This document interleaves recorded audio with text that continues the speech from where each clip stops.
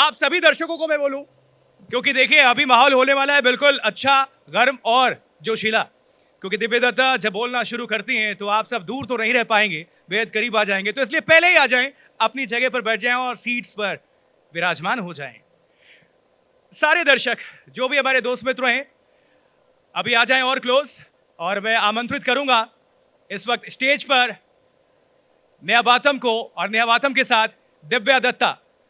Please Divya Dutta आप मंच पर आएं और जोरदार तालियों के साथ इनका आगमन करें। आपके बीच होंगी मशहूर अदाकारा बॉलीवुड की दिव्या दत्ता, जो अपनी अदाकारी के लिए जानी जाती हैं और खास आवाज के लिए जानी जाती हैं। और इनकी आवाज कहते हैं ना कि हस्की सबके पास नहीं है और दिव्या दत्ता जब पहले ही अल्फाज अगर कुछ रखेंगी तो कुछ होगा खास। Divya Dutta all yours. तालियों में प्लीज जोरदार तालियां करिए प्लीज। तालियों के साथ इनका अब देखिए स्वागत। थोड़ा सा Cheers. लाइट साउंड जो भी प्रॉब्लम रहा हो सब भूल जाइए। इस सेशन का आगाज हम एकदम फ्रेश माइंड से करेंगे, क्योंकि दिव्या किसी परिचय की मोहताज नहीं, जैसा कि आशुतोष ने भी बताया है। बेहद ज़हीन अदाकारा, नेशनल अवार्ड विनर। ये कोई छोटी बात नहीं होती है नेशनल अवार्ड जीतना। और स्माइल से ही समझ जाइए ना, शोक, चंचल, और इनसे आप बैक स्टेज बात करेंगे ना तो ऐसा लगेगा कि she is a next door neighbour. इतनी डाउन टू अर्थ है, ट्रस्ट मी। खैर बातचीत का सिलसिला शुरू करते हैं, क्योंकि दिव्या से मेरी पहली मुलाकात नहीं है। इससे पहले भी दिव्या साहित्य में शिरकत कर चुकी हैं और तब भी हम एक दूसरे से रूबरू हुए थे। और वही सेम दिव्या आज भी मेरे साथ मेरे सामने बैठी हुई हैं। तो जोरदार तालियों के साथ स्वागत कीजिए, क्योंकि आज मेरी कहानी, जी हाँ, दिव्या की जीवन से जुड़े हुए कई पहलुओं को यहाँ आज हम टटोलने वाले हैं। क्योंकि एक नहीं, दो किताबें दिव्या लिख चुकी हैं। पहली किताब जब उन्होंने लिखी थी तो अपनी माँ के ऊपर लिखी थी। अब उसका हिंदी संस्करण भी आ चुका है, मैं और माँ पर भी चर्चा करेंगे। लेकिन सबसे पहले हम चर्चा की शुरुआत करेंगे दिव्या की लेटेस्ट बुक के साथ, जो कि है the stars in my sky, those who brightened my film journey. तो दिव्या बहुत बहुत स्वागत है साहित्य आज तक के इस मंच पर आपका, और बहुत खुशी हुई आपको दोबारा यहाँ पर देखकर और पाकर। उम्मीद करेंगे कि अगला साहित्य भी हम करें, तब एक और किताब आपकी आए उस पर हम चर्चा करें। लेकिन सबसे पहले the stars in my sky से शुरुआत में करना चाहूँगी, क्योंकि आपने अक्सर देखा होगा कि किसी भी फिल्म जर्नी में कोई भी एक्सपीरियंस, कोई भी अनुभव अगर कोई साझा करता है तो उसमें ज़्यादातर नेगेटिव चीज़ें होती हैं। ज़्यादातर वो अनुभव होते हैं जो कड़वाहट से भरे होते हैं या फिर उस सफ़र में मुश्किल से भरे होते हैं। लेकिन दिव्या ने बहुत ही पॉजिटिव नोट पर ये किताब लिखी है और इसमें कई नामचीन शख्सियतों का जिक्र किया है। अब एक एक करके मैं उनका भी नाम लूँगी, लेकिन क्योंकि ये दिल्ली वाले हैं और दिल्ली का माहौल मुझे यहाँ पर बिल्कुल दिखाई नहीं दे रहा है। एकदम ठंडा पड़ गया है सब माहौल, जैसा लग रहा है कि ठंड आप लोगों को लग रही है। थोड़ा सा गर्मजोशी के साथ, थोड़ा सा चेयरिंग, ये सब कुछ जारी रखिए, क्योंकि दिव्या आपको बताने वाली है कि उनके इस सफ़र में कौन कौन से लोग थे जिन्होंने उनका साथ दिया, जिन्होंने इस अनुभव को और बेहतरीन बनाया। और सबसे पहला नाम उसमें आता है शाहरुख खान का, सलमान खान का। और शाहरुख का जिक्र मैंने इसलिए खास तौर पर किया क्योंकि शाहरुख दिल्ली वाले हैं, लेकिन और भी दो नामचीन अदाकार हैं, अमिताभ बच्चन, इरफान खान, जो इस सफ़र से जुड़े रहे दिव्या, और आपने उनका जिक्र इस किताब में किया है। लेकिन सबसे पहले किसका अनुभव आप साझा करना चाहेंगे? शुक्रिया सबसे पहले Neha for this beautiful introduction. Delhi वालों को बहुत बहुत स्नेह, बहुत सारा प्यार। दिल्ली आकर ही ऐसा लगता है कि घर आ गए। और आज तक का ये जो इतना खूबसूरत महोत्सव होता है हर बार, यहाँ एक अहम हिस्सा बनना बहुत अच्छा लगता है मुझे। और 2 किताबें लेकर आई हूँ। पिछली बार बहुत सारा प्यार लेकर गई थी और आई एम श्योर इस किताब को भी उतना ही प्यार यहाँ पर मिलेगा। और मैं एक स्पेशल मेंशन करना चाहूँगी, मेरी एडिटर भी यही हैं, वैशाली माथुर, जो मेरे साथ इस तालियां हो जाए वैशाली के लिए भी, यही बैठी है वैशाली भी। राइटिंग जर्नी एक मतलब एक प्रोसेस है। मुझसे सब पूछते हैं कि तुम राइटर कैसे बन गई, तो बन नहीं जाते हैं। शायद वो कहीं ना कहीं आपको एक सही वक्त, सही मोटिवेशन और सही इंस्पिरेशन मिलता है कुछ लिख डालने के लिए। और मैं शायद थोड़ा पहले से शुरू करना चाहूँगी। किताब के चैप्टर्स में थोड़ा बाद में बात करना चाहूँगी। सबसे पहले मैं मी एंड माँ मैंने लिखी थी, और तब मुझे लगता था कि सबसे ज़्यादा खौफ ये था कि कहीं अपनी माँ को ना खो दूँ। और जब वो चीज़ मेरे बिल्कुल सामने आई तो मुझे लगा ऐसी माँ को सेलिब्रेट करना चाहिए जिसने हमेशा मेरे सपनों में, मेरे ख्वाबों में इन्वेस्ट किया, बिलीव किया। तो मैंने वैशाली को फ़ोन किया कि मुझे किताब लिखनी है अपनी माँ पर, जो मेरी बेस्ट फ्रेंड है और मेरी बच्ची भी हैं और मेरी माँ भी हैं। And she said an instant yes. And फिर वो जो लिखा और जो कनेक्ट मेरा रीडर्स के साथ बना उस किताब के ज़रिए, मुझे कोई एयरपोर्ट पे मिल जाता था, एक लड़की आई ज़ोर से जप्पी मारी, तो मुझे लगा शायद मेरी फिल्मों के लिए ऑब्वियसली कर रही है, तो लेकिन शी जस्ट केम एंड उन्होंने कहा कि पता है आपको, मैं अपनी मम्मी से कितने दिन से, वो मुझे फ़ोन करती है, मैं कहती हूँ मम्मा बाद में बात करती हूँ, आज किताब पढ़ी और ख़ास मम्मी के पास गई और कहा I am so sorry and I love you very much. तो मुझे लगता है कि ये बहुत ग्रैटिफाइंग है कि आपकी किताब पढ़ के शायद किसी ने कुछ ना सिर्फ ये सिखाने के लिए तो नहीं हैं किताबें, लेकिन कुछ आपके जहन में बैठ गया। So that is really lovely. And फिर शुक्र है कि मुझे वन बुक वंडर नहीं माना गया, मुझसे पूछा गया कि आप और क्या लिखेंगी, अगली किताब क्या है। तो मुझे लगा कि मैं सबसे ज़्यादा पैशनेट हूँ फिल्मों के बारे में, और मुझे बेइंतहा प्यार है अपने एक्टिंग प्रोफेशन से, और जो सेट पे जो एक जादू बात होता है। बताइए दिव्या, सॉरी टू इंटरफेयर, आपका ये जो अंदर का राइटर था, ये लेखक था, ये हमेशा से मौजूद था ना, लेकिन ये जागा कैसे सडनली? और आपने कहा आपकी माँ बहुत अच्छी दोस्त थी आपकी, सब कुछ शेयर किया आपने माँ से, बिल्कुल ट्रांसपेरेंट था आपका ये रिश्ता। जब आप किसी को बेस्ट फ्रेंड बुलाते हैं तो वो बहुत ट्रांसपेरेंट होता है। मैं खुशकिस्मत हूँ कि कभी भी जज नहीं की गई कि मेरी जितनी गलतियाँ हुई हों। ऑफ कोर्स आप कुछ अचीवमेंट्स करके आते हैं तो ज़रूर अपने माँ बाप को बताते हैं, लेकिन कभी मैं किसी को डेट कर रही हूँ या मैंने कोई ब्लंडर कर दिया मैंने है पूछा या नहीं है डर के मारे। आप वही पूछेंगी, मुझे पता है, तो मैं पहले ही बोल देती हूँ।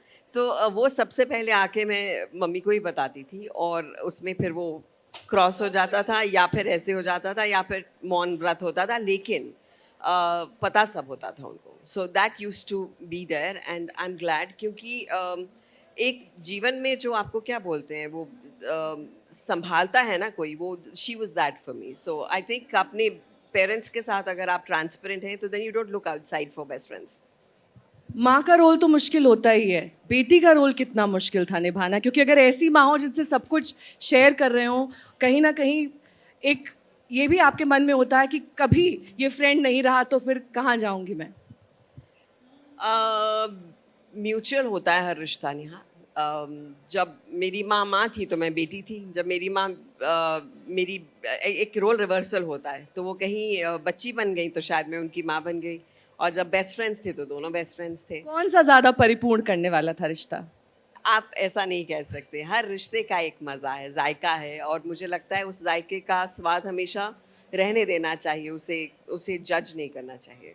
तो मैं आपसे ये सवाल पूछा था और वो कहीं ना कहीं दब गया कि ये अंदर का जो लेखक था दिव्या का, ये कब बाहर आया और कैसे आया, ये इसके मैं पीछे की कहानी 6 क्या है? साल की थी, तो आई थिंक सब लोग वेरी म्यूजिकल बैकग्राउंड हमसे। ये जो टेक्निकल टीम है अगर स्टेज 1 पे कन्वे कर दे कि थोड़ा सा म्यूजिक वहाँ का अगर कम कर सके, क्योंकि यहाँ इंटरफियर हो रहा है। आप लोगों को सुनाई दे रहा है? नहीं तो मैं अपनी आवाज़ और बुलंद करूं आज। ये आपको देख के सही है? लगता नहीं है, बहुत सॉफ्ट स्पोकन है। अच्छा, तो वो स्कूल मैगजीन्स जो होती हैं उसमें लिखना शुरू किया, फिर टीचर्स कहने लगे कि वो जो बच्ची है वो वाली 6th स्टैंडर्ड में, उससे एक कहानी ज़रूर लिखवा लेना, वो अच्छा लिखती है। तो इस तरह से सिलसिला शुरू हुआ, और फिर कॉलेज के प्लेज लिखने शुरू किए। तो मेरी मम्मी लिखती थी वो प्लेज मेरे लिए, और मैं उनको हमेशा डांट देती थी कि मम्मी ऐसे मत लिखो, इसको ऐसे कर दो और ऐसे कर दो, और खूब झगड़े होते थे हमारे। और फिर वो प्ले बहुत अच्छा बनता था और उसे फर्स्ट प्राइज़ मिलता था, और फिर हम लोग फिर से एक मेक हो जाते थे। सो राइटिंग प्रोसेस कहीं ना कहीं ऐसे शुरू हुआ। आई थिंक वो टीम वर्क होता है, जहाँ कोई आपको कुछ कहता है, जहाँ आप कुछ आइडियाज़ देते हैं। एंड फिर मैं जब एक्टर बनी तो मैंने कॉलम्स लिखने शुरू किए न्यूज़पेपर्स के लिए, और हिंदुस्तान टाइम्स के लिए लिखती थी, और फिर ट्रिब्यून के लिए लिखती थी, और भी बहुत सारे अखबारों के लिए लिखती थी, लेकिन रेगुलर कॉलम्स इनके लिए लिखती थी। तो एक दिन हम प्ले कर रहे थे और ओमपुरी के साथ मैं एक प्ले कर रही थी चंडीगढ़ में, तो एक आंटी उठ के आई प्ले के बाद और आई स्टेज पर और ज़ोर से मुझे जप्पी मारी। तो आई सेड इनको मेरा परफॉर्मेंस बहुत अच्छा लग गया है। तो शी सेड तुम्हारा कॉलम पढ़ा और उसमें लिखा था खुद से दोस्ती करना सीखो। तो मैं अपने हस्बैंड की पिछले 10 साल से वेट कर रही हूँ कि मुझे छुट्टी पर ले जाए, क्योंकि अब तो मैं रिटायर हो गई हूँ, तो उनको तो वक्त मिल नहीं रहा है। तो तुम्हारा कॉलम पढ़ा तो मैं निकल दी। सो थैंक यू बेटा। सो आई वॉज लाइक इतना सुंदर कनेक्ट, मतलब बतौर एक्टर आपका कनेक्ट आपकी ऑडियंस के साथ है, लेकिन बतौर अगर राइटर भी है तो इससे खूबसूरत बात क्या हो सकती है कि आप जहाँ भी एक्सप्रेस करते हैं लोग उसे अपने दिल में बिठाते हैं। सो या आई think that's how it started. Divya, लेकिन क्योंकि ये पूरी की पूरी किताब आपके दिल के बेहद करीब होगी, लेकिन कोई ऐसा चैप्टर, कोई ऐसा वाकया जो इस किताब से आप शेयर करना चाहें, जो आपका पर्सनल अनुभव है? क्योंकि आपने बताया कि आपकी माँ प्लेज लिखती थी आपके लिए। आप बेटर राइटर हैं, आपकी माँ बेटर राइटर थी? क्योंकि कंपैरिजन तो कहीं है ही नहीं, लेकिन फिर भी एक सवाल इसलिए बनता है क्योंकि वो आज अगर ये किताब पढ़ेंगी तो कौन सा चैप्टर इसमें उन्हें दिल को छू जाएगा? मुझे लगता नहीं है मेरा हाथ पकड़ के मेरी माँ ने ये किताब लिखवाई है, क्योंकि उनके बिना शायद मैं नहीं कर पाती। शायद वो हमेशा मेरी गुरु थी और रहेंगी, और इतना सा भी अगर मैं उनकी तरह बन जाऊँ तो वो मेरे लिए बहुत खुशी की बात होगी। एक चैप्टर इसमें ये है, मैं आपको अपनी शायद जर्नी भी बता देती हूँ। एक चैप्टर ये है कि मैं पंजाब में पढ़ रही थी और हमारे एग्ज़ाम्स चल रहे थे, और मुझे ये स्टारडस्ट मैगज़ीन से एक कॉल आया था टैलेंट हंट का, मुंबई से। तो ये मेरे और मेरे भाई का बहुत प्यारा सा सीक्रेट था कि हम नहीं बताएंगे किसी को जब तक सिलेक्ट नहीं हो जाती। अब फॉर्चुनेटली मैं सिलेक्ट हो गई, तो मम्मी के सामने मैं और मेरा भाई दोनों खड़े हैं। मेरा छोटा भाई जो अब बहुत बड़ा डॉक्टर है, तो हम दोनों खड़े हैं। तो मेरी मम्मी ने कहा ये क्या है? तो मैंने कहा मैं सिलेक्ट हो गई हूँ मम्मा, मुझे एक्टर बनना है। तो she said, she just looked at me. तो उन्होंने कहा आर यू श्योर? तो उस वक्त उस मोमेंट पे जो मुझे लगा कि इससे ज़्यादा श्योर तो मैं हो ही नहीं सकती। तो शी सेड फिर मैं तेरे साथ हूँ, फिर मैं तेरे साथ हमेशा खड़ी हूँ। वो मेरे साथ मुंबई आई तो मेरे सामने जैसे आप लोग बैठे हैं, वहाँ 5 पैनल डायरेक्टर्स बैठे थे जो मेरे लिए मतलब ख्वाबों की दुनिया थे। यश चोपड़ा, सुभाष घई, शेखर कपूर, सूरज बरजात्या, ये लोग सब आगे मेरे बैठे हुए हैं और मुझे उनके सामने परफॉर्म करना था। और वो परफॉर्म किया मैंने। और नर्वस नहीं हुई आप? बहुत, टांगें कांप रही थी, और ऐसा आप एक अपने आप को चुंटी मारते ना कि ये हो रहा है कि मैं सोच ही रही हूँ। Is it for real? No, sometimes you daydream so much कि आपको लगता है ये मैं डे ड्रीम ही कर रही हूँ कि हो रहा है, वाकई हो रहा है। और मेरे आसपास कितना अच्छा लग रहा है, प्लीज़ उनको बोलो ना ऐसे ही वॉल्यूम कर दें। तो फिर मुझे लगा कि इसको पूरा अपना बेस्ट देना चाहिए, बिकॉज़ वहाँ एक औरत बैठी है जो मेरे लिए पूजा कर रही है और कह रही है कि मेरी बच्ची का यहाँ सिलेक्शन हो जाए। तो वहाँ से हम लोग सीक्रेट रख के, मेरे अंकल भी डायरेक्टर थे, तो हमने उन्हें भी नहीं बताया कि अगर नहीं सिलेक्ट हुए या व्हाटएवर। तो उसके बाद हम लोग अम्बाला गए, जहाँ पर मेरी एक कज़न की शादी थी। और जैसे होता है शादियों पे, क्या होता है, लड़कियों को रिश्ते आ जाते हैं। तो मुझे आ गया एक डॉक्टर का रिश्ता यूएसए में। तो रिश्ता आ गया तो सारे ख़ानदान के बड़े बुज़ुर्ग बैठ गए कि हाँ भाई हाँ बोलो। अब मेरी नानी बैठी हैं वहाँ, अंकल बैठे हैं, सब बैठे हैं, और मैं ना, मुझे करना नहीं आ रहा है। And then suddenly I heard नहीं। एंड मेरे एक्सट्रीम राइट में मेरी माँ बैठी थी और उन्होंने कहा नहीं, इसके अभी बहुत सारी चीज़ें इसको करनी हैं। और वो जो एक्सचेंज हमारा लुक्स का था कि एक दूसरे की बात को समझ रहे थे, वो मेरे ख्वाबों को जानती थी, उनमें विश्वास रखती थी, और मेरे लिए वो चीज़ कि आपकी माँ आप में इतना विश्वास रखती हैं। तब 25 साल पहले बहुत अनप्रेडिक्टेबल प्रोफेशन था हमारा, तो अपने बच्चे को, और डॉक्टर्स के ख़ानदान से आना, और मैं पढ़ाई में भी अच्छी थी, तो इट्स नॉट ईजी कि हाँ अपनी बच्ची को भेज दो यूँ ही। It was a big step. So वो मुझे याद है कि उस दिन मैं और मेरी माँ जो हम नाचे हैं शादी पे, वो बड़ा दिल खोल के नाचे हैं, क्योंकि वी हैड डिसाइडेड कि हम अपने सपनों की दुनिया में चले। तो ये डॉक्टर ना बन पाने की खुशी ज़्यादा थी या अदाकारा बनने की खुशी ज़्यादा थी? क्योंकि जब किसी को प्रोफेशन आपके ऊपर फोर्स करता है ना, तो वो ज़्यादा दुख भरा होता है। पर मुझ पे प्रोफेशन कभी फोर्स किया ही नहीं गया। मैं डॉक्टर तो कभी भी नहीं बनती। वो नेहा, स्ट्रीक because नहीं थी आप में, तो मैं पहचान बनती लिया तो था। नहीं, मुझे शायद आईएएस की तरफ भेजा जा रहा था, या साइकोलॉजी की स्टूडेंट थी तो शायद उस तरफ जाती, लेकिन शायद मैं ना बैठ पाती इस तरह से। काम शायद अच्छा कर लेती, लेकिन जो सेट का जादू मिलता है, जो अनप्रडिक्टेबिलिटी है कि अब ये रोल कैसे करोगे, वो जो घबराहट रोज़ मिलती है, नर्वसनेस वाली, I think I love that. ये जो किताब है आपकी माँ पर, इसी पर मैंने आपसे पूछा था कि बहुत सारे ऐसे कई बार रोल्स होते हैं माँ के, वो बहन बन जाती है, वो फ्रेंड बन जाती है, वो भाई भी बन जाती है, वो एक ऐसे कंपेनियन की तरह बन जाती है जिससे आपने सब कुछ साझा किया था, जिसको आपने ये बताया कि आप करियर में क्या बनना चाहती हैं, क्या करना चाहती हैं। लेकिन कभी ऐसा वक्त आया जब माँ ने ये कहा कि दिव्या ये मत करना, इस राह पर मत जाना, कुछ भी करना पर ये मत करना? आई थिंक कुछ चीज़ें ना कहने की ज़रूरत नहीं होती। Silence and the trust that you have in each other, वो सब चीज़ें अंडरस्टूड होती है। मेरे ख्याल से मैं आज बहुत प्राउडली कह सकती हूँ, पहली बार किसी स्टेज पे कह रही हूँ, that I am sure my mother would be very proud of me. Hindi संस्करण का ख्याल कैसे आया? क्योंकि ज़्यादा लोग कनेक्ट कर पाते हैं, एक हिंदी किताब का बेस ज़्यादा होता है, यही वजह रही या कुछ और वजह थी? नहीं, ये तो बहुत नेचुरल बात थी कि अगर अंग्रेज़ी में, क्योंकि मैंने लिखा अंग्रेज़ी में था और उसे पसंद किया गया, तो हमने डिसाइड किया कि हम इसे हिंदी में भी लाएंगे, क्योंकि इसकी रीडरशिप बिल्कुल मुख्तलिफ है, अलग है और बहुत सारी है। एंड आई एम ग्लैड हम इसे लेकर आए हैं। और इसमें भी बहुत मेहनत करनी पड़ती है, बिकॉज ये मैंने किनसे इसमें करवाया। अगर आप देखें तो बहुत सारी पर्सनल पिक्चर्स यहाँ पर दिव्या ने शेयर की हैं, और किताब के अंदर भी वो पर्सनल पिक्चर्स हैं उनकी माँ के साथ, उनकी माँ की शादी की, बहुत सारी ब्लैक एंड वाइट, कलर्ड, इनके बचपन की, इनके भाई की, बहुत सारी ऐसी पिक्चर्स जो अगर लोग देखेंगे तो पहली झलक में एक मुस्कान सी आ जाएगी चेहरे पर, और लोग जानना चाहेंगे अच्छा इसके पीछे की कहानी क्या थी। I like the way she says इनकी माँ की शादी, इन्होंने मेरे पापा बोले ही नहीं। क्योंकि अभी तक आपके फादर का जिक्र हुआ ही नहीं दिव्या, इसीलिए मैंने वो तो इसी वजह से बहुत सारी ऐसी पिक्चर्स हैं इसमें दिव्या जिनके पीछे की कहानी आपने इसमें बांटी होगी जी। और उन पिक्चर्स की एक ऐसी कोई याद जो आप यहाँ पर आज साझा करना चाहें? देखिए, ये तो जब आप किताब पढ़ेंगे तो आपको मालूम पड़ेगा इनके पीछे की कहानी, लेकिन मेरी कहानी ये है कि मेरे पास एक भी तस्वीर, मैं हमेशा चीज़ें कहीं इधर उधर रख देती हूँ। थैंक्स टू माय ब्रदर, हमने बैठ के जब वैशाली ने तस्वीरें मांगी तो मेरे पास तो एक भी नहीं थी। कहाँ चढ़ के, कहाँ उतार के, एक सूटकेस उतारो, ये करो, शादी की तस्वीरें निकाली और फिर वो मेमोरीज सब याद की और याद ताज़ा हुई उनसे और इकट्ठा की। एंड आई थिंक बचपन जो है ना आपका, वो कहीं नहीं जाता। तो एक एक तस्वीर के पीछे की जो बहुत लंबी लंबी कहानियाँ थी वो सब आती हैं, लेकिन आई थिंक आप पढ़ेंगे तो शायद पढ़ेंगे तो बेहतर पता रहेगा। चलेगा। अब जी। इस किताब का जिक्र कर लेते हैं, बिल्कुल।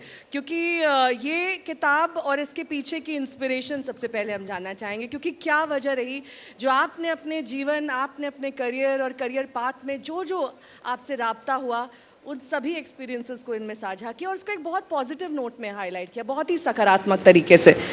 मैं जब अपनी ज़िंदगी पीछे रिवाइंड मोड पे देखती हूँ तो एक चेहरे पे मुस्कुराहट आती है इस बात की कि मैंने वो किया जो मैं करना चाहती थी।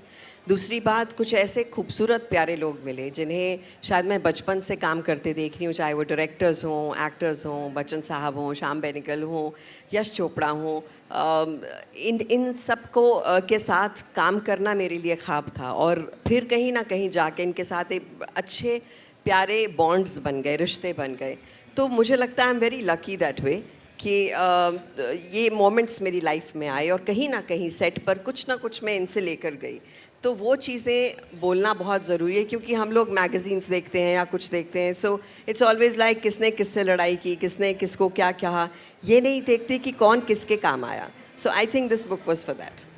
बिल्डअप करने में आजकल लोगों का कम योगदान होता है, लोग पुल डाउन ज़्यादा करते हैं। इसीलिए मैंने इस सेशन की शुरुआत में ही कहा कि नकारात्मक नोट पे नहीं, आपने सकारात्मक नोट पर ये किताब लिखी। लेकिन एक बहुत ही अच्छा यहाँ पर अमिताभ बच्चन द्वारा लिखा गई एक लाइन है, वो मैं यहाँ पढ़ना चाहूँगी। उन्होंने कहा है, her varied performances in the list of her films have ever proved that she is beyond an accomplished artist. She has lived to the very core of each character that she has so meaningfully carved.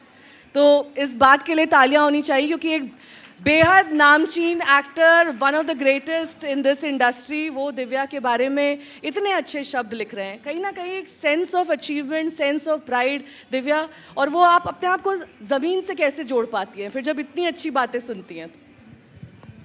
I think जब आप ऊपर वाले को शुक्रिया अदा करते हैं, जैसे आपने कहा अभी कि लग रहा था कि तुम बिल्कुल नेबरहुड के पड़ोस से ही उठ के आई हो, तो शायद वही फीलिंग आती है, क्योंकि आप नहीं, मुझे तो ऐसे ही लगा कि मैं आपको बरसों से जानती हूँ। अभी हमारी दूसरी मुलाकात है, क्योंकि पिछले साहित्य में मैं आपसे मिली थी, इस साहित्य में मिल रही हूँ। आई थिंक जब भी आप किसी नए इंसान को मिलते हैं, एक नई चर्चा शुरू होती है, आप उनके बारे में जानते हैं। आई थिंक ये बड़ी खूबसूरत जर्नी होती है, ख़ास तौर पे इन लिट फेस्ट्स पे। अब आपसे मिली हूँ, आपसे रूबरू हूँ, आप मुझे सुन रहे हैं, ये मेरे लिए एक बहुत कमाल का एक्सपीरियंस है। सो इसे अपने साथ रखना, और वो ह्यूमिलिटी आप बनाते नहीं हैं, वो आ जाती है।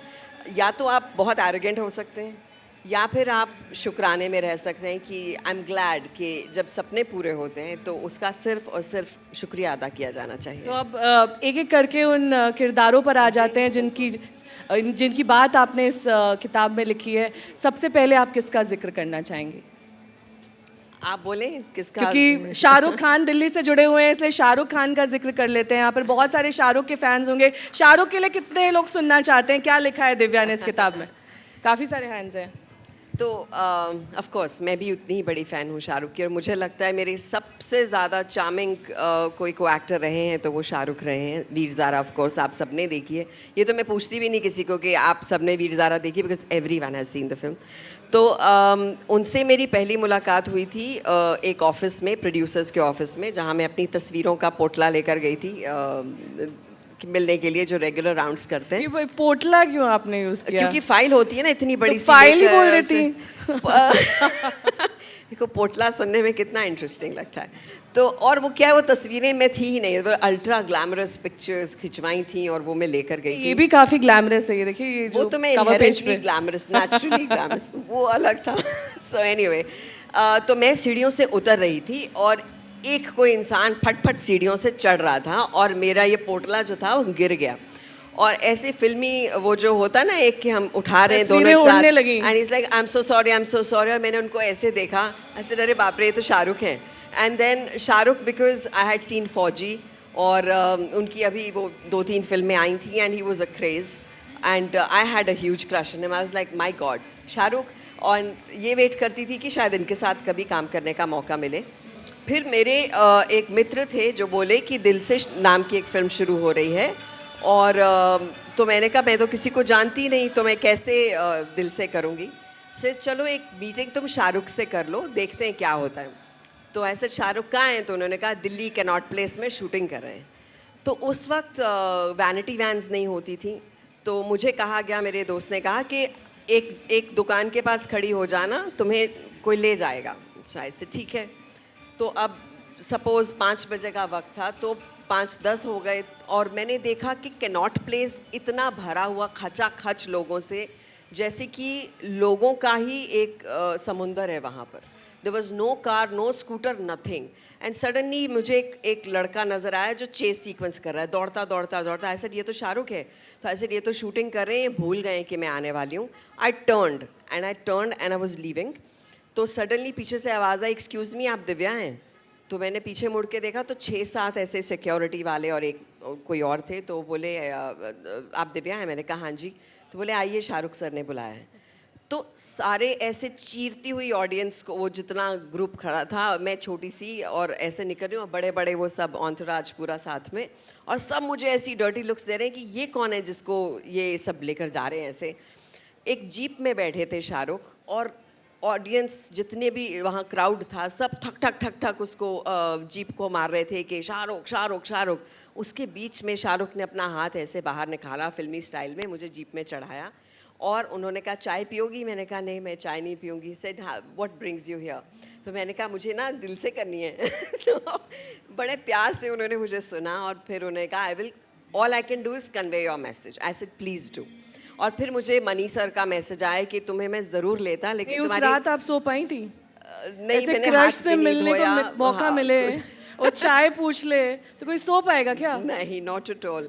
और फिर मनी सर का फ़ोन आया कि मैं तुम्हें ज़रूर ले लेता, लेकिन तुम्हारी शक्ल जो है वो मनीषा कोइराला जैसी, और 2 लड़कियां सेम मैं एक फिल्म में नहीं ले सकता। तो फिर वो रोल प्रीति ने किया। बट मेरे लिए हमेशा ये यादगार रही कि Shahrukh was so helpful, so kind and so generous. I think Shahrukh के लिए हमें तालियां बजा देनी चाहिए। और जी। अगले कलाकार जो इस बुक में आपने मेंशन किए हों, जो आपके लिए अभी तक यादगार रहे हों और आपके सफ़र में किस तरीके से इम्पोर्टेंट रहे हों, वो आप साझा करिए। There's so many. There's Mr. Bachchan. I Amitabh think Bachchan, Salman Khan, Irfan Khan, कोई एक, कौन से एक, किन के बारे में? Khans are. नहीं, क्योंकि अब वो हमारे बीच नहीं है, इसलिए भी और ज़्यादा लोगों की यादों में और जहन में अभी बसे हुए हैं और लोग पर उनके मुझे बारे में लगता जानना है चाहते हैं। नेहा की उनकी जो परफॉर्मेंसेस रही हैं, उनकी जो पर्सनालिटी रही है, वो ना होकर भी मौजूद हैं हमारे बीच में। और मैं खुशकिस्मत रही हूँ कि मैंने उनके साथ 4 फिल्में की हैं। और आई रिमेंबर कि उनका इम्प्रोवाइजेशंस, आपको मालूम है इम्प्रोवाइजेशंस क्या होती हैं? यानी आपने तो हाथ खड़ा किया, बाकियों को, कि आप सेट पर जो दिए हुए डायलॉग्स हैं, लाइंस हैं, उसमें आप और क्या डाल देते हैं सडनली, जो इम्प्रॉम्प्टू हो जाता है कि उसी वक्त उसी मोमेंट पे करते हैं। तो इरफान वो बहुत करते थे। तो मुझे याद है कि मैं पहली जो फिल्म उनके साथ कर रही थी उसमें मैं एक मराठी रोल कर रही थी। और तो मुझे जो डायलॉग्स दिए गए थे वो मैंने रट लिए थे, नई थी तो भाषा सीख रही थी। तो इरफान आए और उन्होंने वो ग्लास मुझे देना था, मैं उनसे छीन रही हूँ ग्लास और उन्हें मैं कह रही हूँ निकलो यहाँ से। तो वो रिहर्सल हम दोनों ही नहीं करते थे एक्चुअली। तो उन्होंने कहा फिर मैं ऐसे करूँगा, ऐसे करूँगा, ऐसे, ठीक है। जब टेक हुआ, एक्शन बोला गया, तो वो आए, उनकी आंखों में एक चंचलता थी कि अब देख मैं क्या शरारत करता हूँ, और ग्लास देने के बजाय उन्होंने फेंक दिया। तो एक तो डिसबिलीफ का जो मेरा एक्सप्रेशन था, नई थी एकदम कि ये क्या हुआ, ये तो सीन में नहीं था तो मुझे पकड़ाने वाले थे, इस ग्लास को मैं यहाँ रखने वाली थी। तो फिर उनका एक्सप्रेशन ऐसा मज़ेदार था कि आई हैड टू रिएक्ट। तो मुझे जितना कुछ आता था, जो गुस्सा आया, वो सब जो भी उस वक्त मैंने सब इम्प्रोवाइज़ कर दिया। और उन्हें वो सारे ग्लास उठवाए उनसे और उनको मैंने दरवाजे के बाहर किया। शॉट ख़त्म हुआ, सबने तालियां मारी और बाद में मुझे वो मिले, बोले ग्लैड टू मीट यू, अब टक्कर मिली। तो वो चीज़ मैं कभी नहीं भूलती कि किसी ने आपके अंदर कॉन्फिडेंस एंथ्यूज़ किया उस शॉट के दौरान कि कर ऐसा, एंड ही न्यू कि अगर वो जानते कि नहीं कर पाएगी तो शायद नहीं करते, लेकिन वो जानते थे। एंड आई थिंक इट तो वाज ये ग्लैड टू मीट यू इसीलिए आया क्योंकि आपने इम्प्रोवाइजेशन का साथ दे दिया और आप उनकी उम्मीदों पर खरी उतर गई, क्योंकि मुश्किल होता है ये, जो चीज़ स्क्रिप्ट में नहीं है, जो एक्सप्रेशंस आपने रिहर्स नहीं किए हैं, वो अचानक किसी ने 2 सेकंड में बदल दिए। उस लेवल तक अपने आप को जी पाना, ये अपने आप में काफ़ी महत्वपूर्ण हो जाता है। और शायद इरफान की वही यादें अभी भी आपके जहन में, और इसीलिए जब आज भी हम उनको याद करते हैं तो आंखें नम हो जाती, क्योंकि एक ऐसा अदाकार जो शायद अब दोबारा नहीं आएगा। इरफान एक ऐसे अदाकार जो बहुत सारी दिव्या दत्ता के साथ शायद इम्प्रोवाइज़ करते रहे होंगे। आप एक लौती नहीं होंगी दिव्या, और भी बहुत सारे ऐसे सीन्स और कैरेक्टर्स होंगे जो इरफान ने आज भी एज मेमोरी छोड़ गए हैं। वो आई थिंक इरफान का सबसे खूबसूरत बात ये थी कि वो जो अपनी आँखों से बात करते थे, आपको एक्टिंग करने की ज़रूरत ही नहीं पड़ती थी, आप सिर्फ रिएक्ट करते थे कि वो जो जादू बिखेर रहे हैं उसको आप सिर्फ रिएक्ट कर रहे हैं। तो अगले एक्टर जो दिव्या की इस जर्नी में आए, सलमान या फिर अमिताभ, किसका चर्चा, किसका जिक्र सुनना चाहेंगे आप यहाँ पर?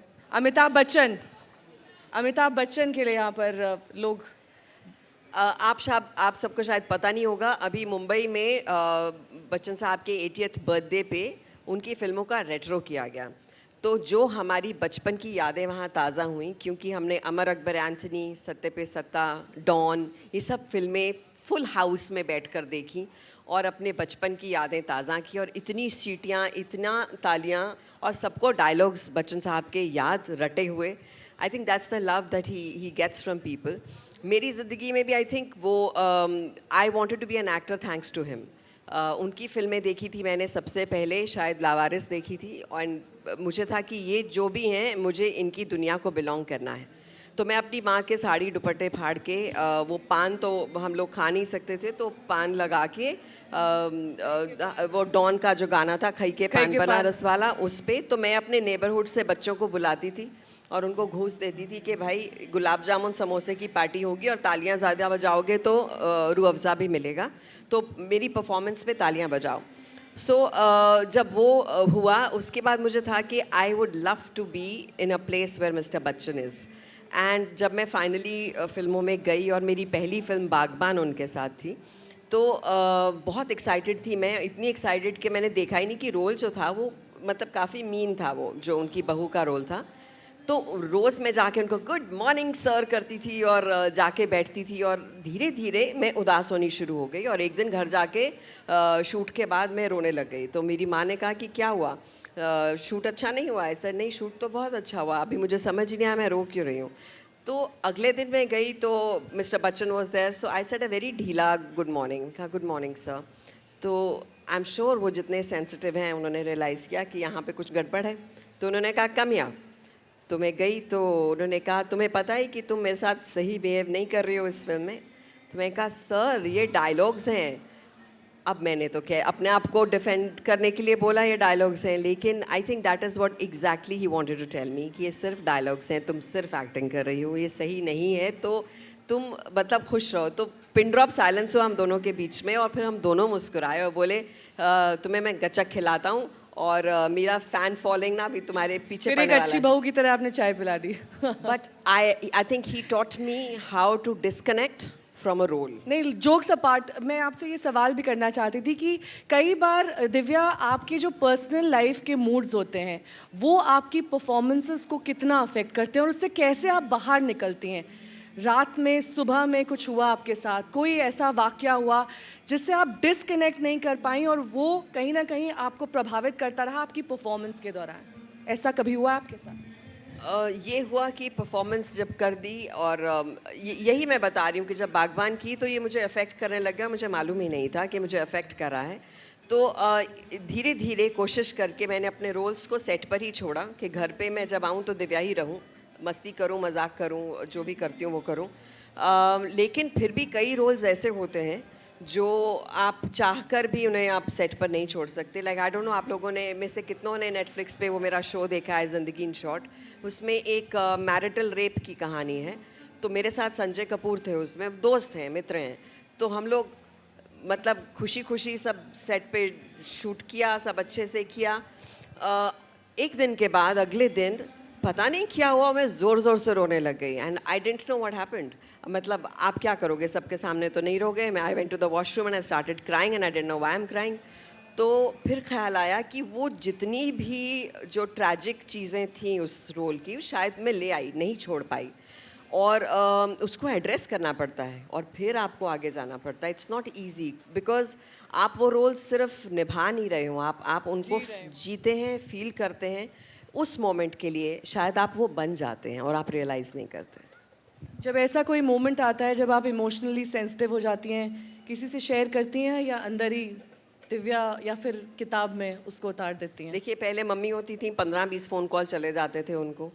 ये 7 साल मुझे यही यूज़ टू होने को लग गई कि अब किससे बात करूं. तो अब मैं खुद से भी कर लेती हूँ बिकॉज माँ तो यहाँ होती है, तो खुद ही सलाह ले लेती हूँ, खुद ही कर लेती हूँ. लेकिन but I am very fortunate, I have a lovely family और मेरे दोस्त बड़े प्यारे हैं. तो वो मेरी, और मैं बहुत निजी ज़िंदगी में आई एम टेकिंग कि मैं अच्छी एक्टर मानी जाती हूँ, लेकिन निजी ज़िंदगी में लोग अग्री करेंगे. एक्टर हूँ. दिव्या बहुत बेहतरीन अदाकारा हैं और इनका जो इंट्रो मैंने दिया था उसी में ये साफ हो गया था कि दिव्या को ऐसे आप नज़रअंदाज नहीं कर सकते हैं. जहाँ भी जाती हैं इनकी शख्सियत अपने आप में लोगों को खींच लाती है. और दिव्या, आपके बारे में अक्सर ये कहा जाता है कि दिव्या के लिए कोई रोल डिज़ाइन नहीं है, दिव्या खुद रोल डिज़ाइन कर लेती हैं, दिव्या खुद उस रोल में ढल जाती हैं. ये सच है? ये तो आपकी ज़रा नवाजी है मैडम, थैंक यू। लेकिन yes, I like to sit on my roles. जब तक आप रिलेट नहीं करते जो आप कर रहे हैं, उसे अपना नहीं बना लेते, उसे आप जी नहीं सकते। तो वो आपका अपना होना बहुत ज़रूरी है, बिकॉज अगले आने वाले 2 महीने तक आप वो बनने वाले हैं। सो इट्स वेरी इम्पोर्टेंट कि आप उससे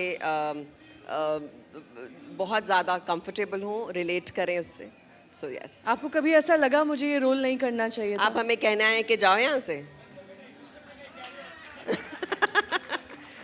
नहीं, मैं आपसे एक पूछ रही थी दिव्या कि कभी कोई ऐसा रोल किया जिसका मलाल हो आपको ये नहीं करना चाहिए? मलाल कभी भी नहीं किया। You never look back?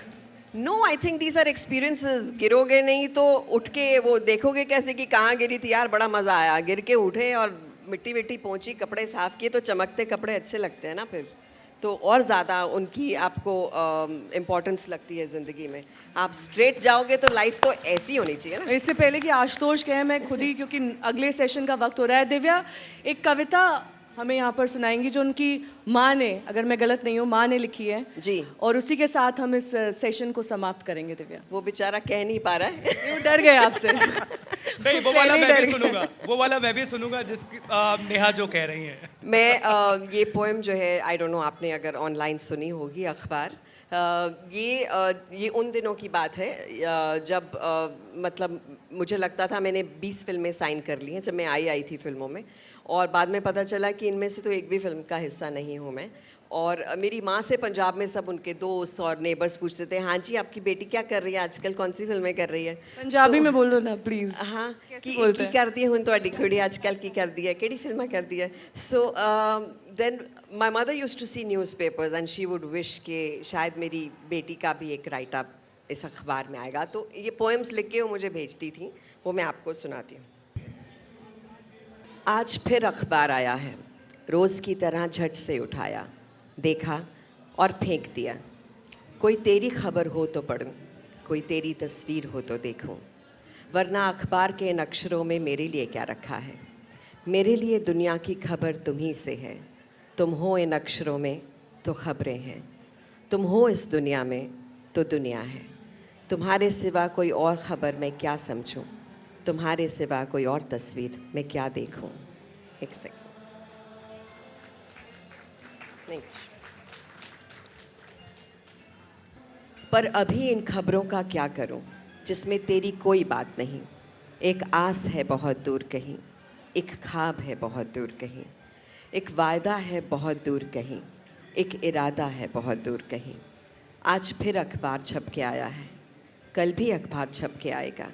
मेरी उम्मीदों के सुनहरे सपने हर पन्ने पे छप जाएंगे, तेरी खबर लेकर तेरी तस्वीर सजाएंगे। वो कल अब और दूर नहीं, वो कल कभी तो आएगा, कल फिर अखबार आएगा।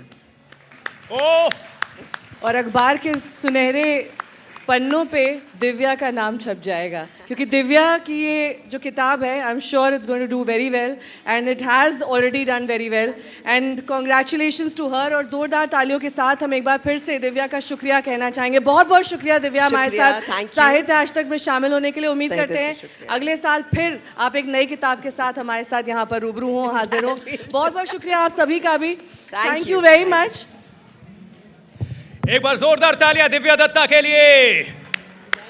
इतने से बात नहीं बनेगी, अरे भैया खाना तो खाया है ना, जोरदार तालियां। सुपरस्टार दिव्या दत्ता, खूबसूरत खूबसूरत आवाज की मालकिन, और साथ ही हमारे सुपरस्टार एंकर नेहा बाथम के लिए। Neha, thank you all of you.